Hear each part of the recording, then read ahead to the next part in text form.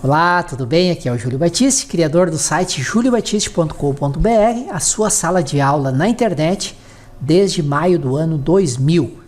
Trago aqui no nosso canal de YouTube mais uma série de videoaulas, desta vez uma série de videoaulas sobre programação Java para quem é completamente iniciante em Java. O autor dessas aulas é o colega Manuel Jailton, autor com o qual eu tenho uma parceria há mais de uma década para a venda e divulgação dos cursos do colega Jailton.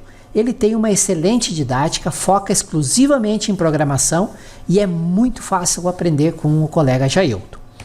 Esta série de videoaulas, como já falei anteriormente, é uma série para quem é completamente iniciante em Java e são aulas de demonstração da nossa formação completa em Java.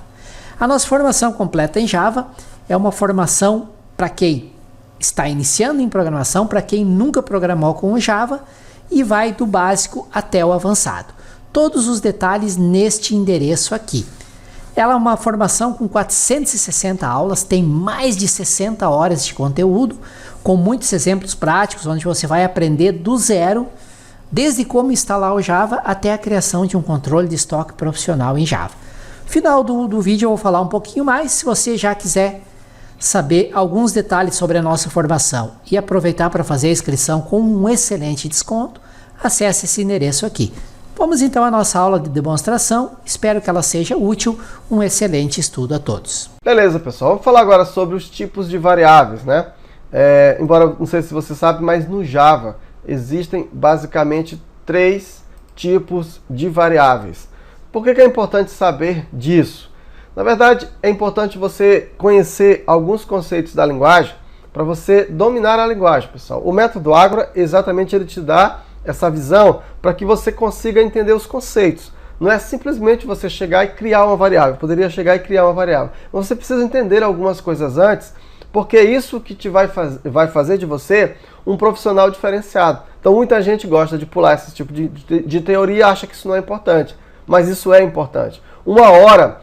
Vai chegar uma hora em que esses conceitos podem fazer uma diferença na sua vida profissional. Em certos momentos, talvez, digamos assim, para você que quer programar, isso talvez não faz diferença nenhuma. Mas ser um programador não é só digitar código, é muito mais do que isso. Então, quanto mais conhecimento você tiver, melhor. Então, existem basicamente 3 tipos de variáveis. A primeira variável são aquelas variáveis de instância. O que são variáveis de instância? Elas são usadas para definir os atributos de um objeto. Vamos já ver isso aqui no exemplo prático que você vai entender. Então, variáveis de instância. Quando nós estivermos lá no programa, programando, eu vou falar, pessoal, isso aqui é uma variável de instância. Aí você já vai entender, né, que é um tipo de variável. Então, e também temos as variáveis de classe, né? Define os atributos de uma classe de objetos inteiras e aplica-se a todas as instâncias dela. Então, o que é essa variável de instância? No Java, você não tem o conceito de variável global, porque no Java, como não é procedural, o código ele não é como um código procedural que vem de baixo para cima e vai sendo executando as coisas, não. Então, o Java é todo dividido em classes. Então, quando você tem um determinado atributo, um determinado valor que você quer aplicar a todas as instâncias daquela classe, você cria uma variável de classe. É o que mais se aproxima de uma variável global dentro da sua classe. Seria, na verdade, aí, essa variável de classe, porque ela vai ser atribuída, todos os objetos que forem criados, né, vão poder modificar e herdar essa instância, no caso, essa variável. Não se preocupa não que a gente vai entender isso aí lá na orientação a objeto. E nós temos as variáveis locais. As variáveis locais, elas são usadas dentro da definição de métodos ou mesmo em blocos de instruções menores dentro de um método. Elas só podem ser usadas enquanto o método ou bloco estiver sendo executado pelo interpretador Java e depois disso elas deixam de existir. Ok, pessoal? Então, ao contrário de outras linguagens de programação, Java não possui variáveis globais, não, ok? Então, variável de instância, variável de classe e variável global. Vamos ver aqui um pequeno trecho de código para a gente poder distinguir quem é quem. Então, eu tenho aqui um programa, public class chamado de variável, e aqui eu tenho public static int c igual a 10. E eu tenho public int 1 e E eu tenho aqui um método chamado de soma, e aqui eu tenho algumas variáveis. Então vamos definir quem é quem aqui, ó. Então essa variável aqui, ó, quando você coloca assim, ó, public static int, significa que essa variável aqui é estática. Essa variável aqui, ó, ela é chamada de variável de classe, tá? Ah, Juto, eu não estou entendendo. Lá na orientação a objeto você vai entender. Aqui a gente só está conceituando variável.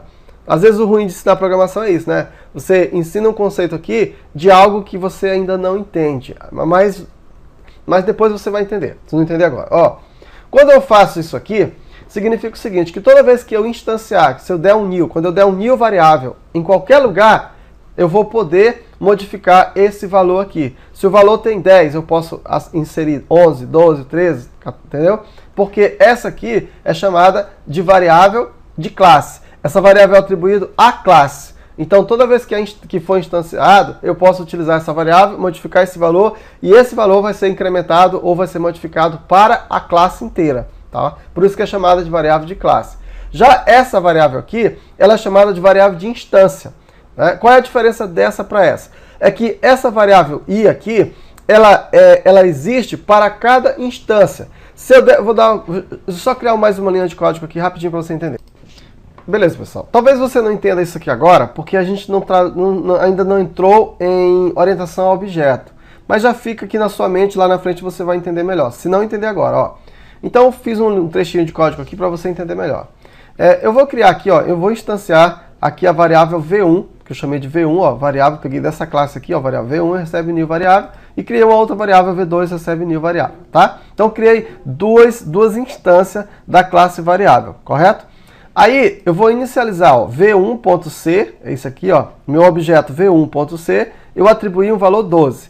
E o meu v1.i, aqui observa que eu inicializei com 3, tá, pessoal? Só para dar sentido a essa instância aqui, esse exemplo que eu vou dar aqui, ok?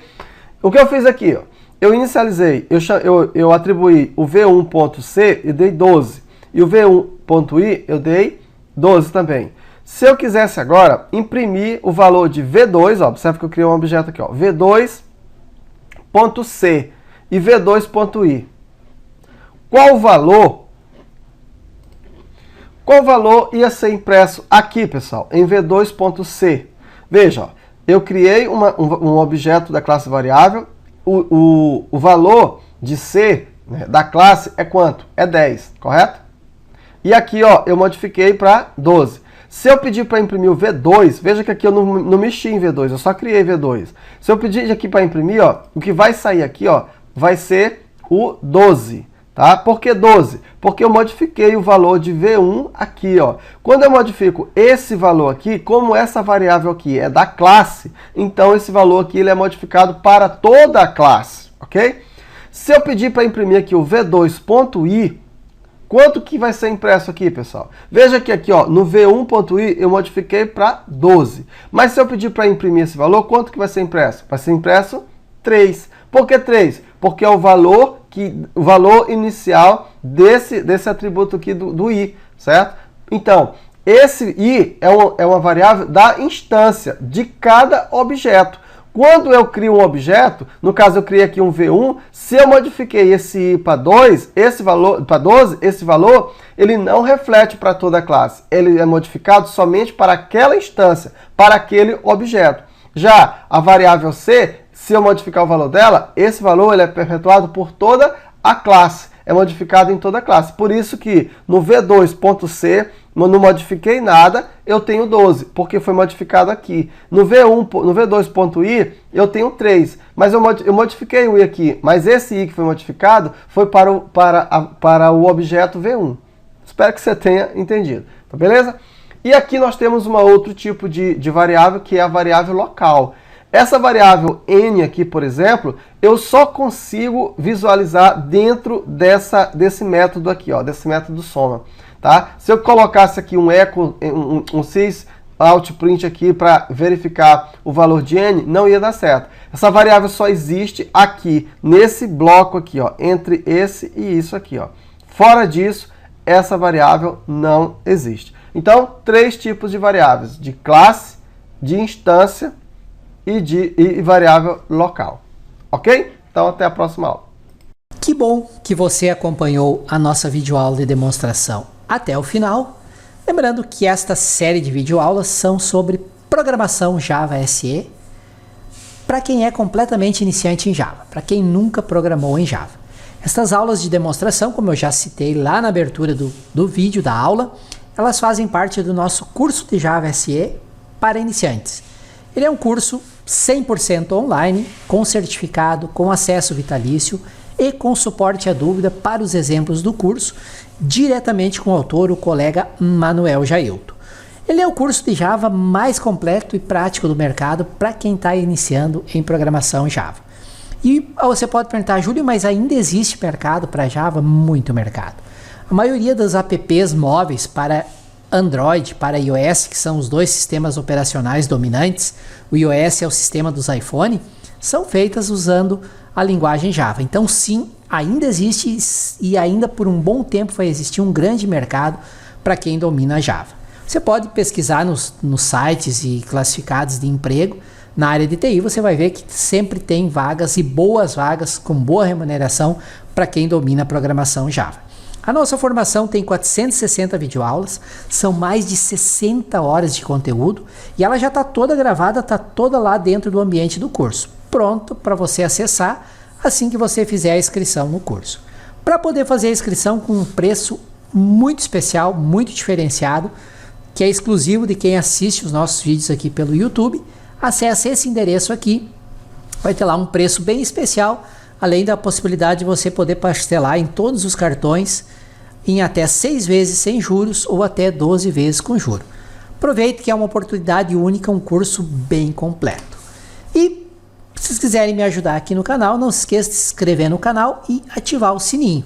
Ao ativar o sininho dos avisos, vocês vão ser avisados através do e-mail de vocês sempre que um novo vídeo for publicado aqui no canal. Se tiver uma dúvida, comentário, crítica, sugestão, relato de erro, utilizem por gentileza o campo comentário que fica abaixo do vídeo.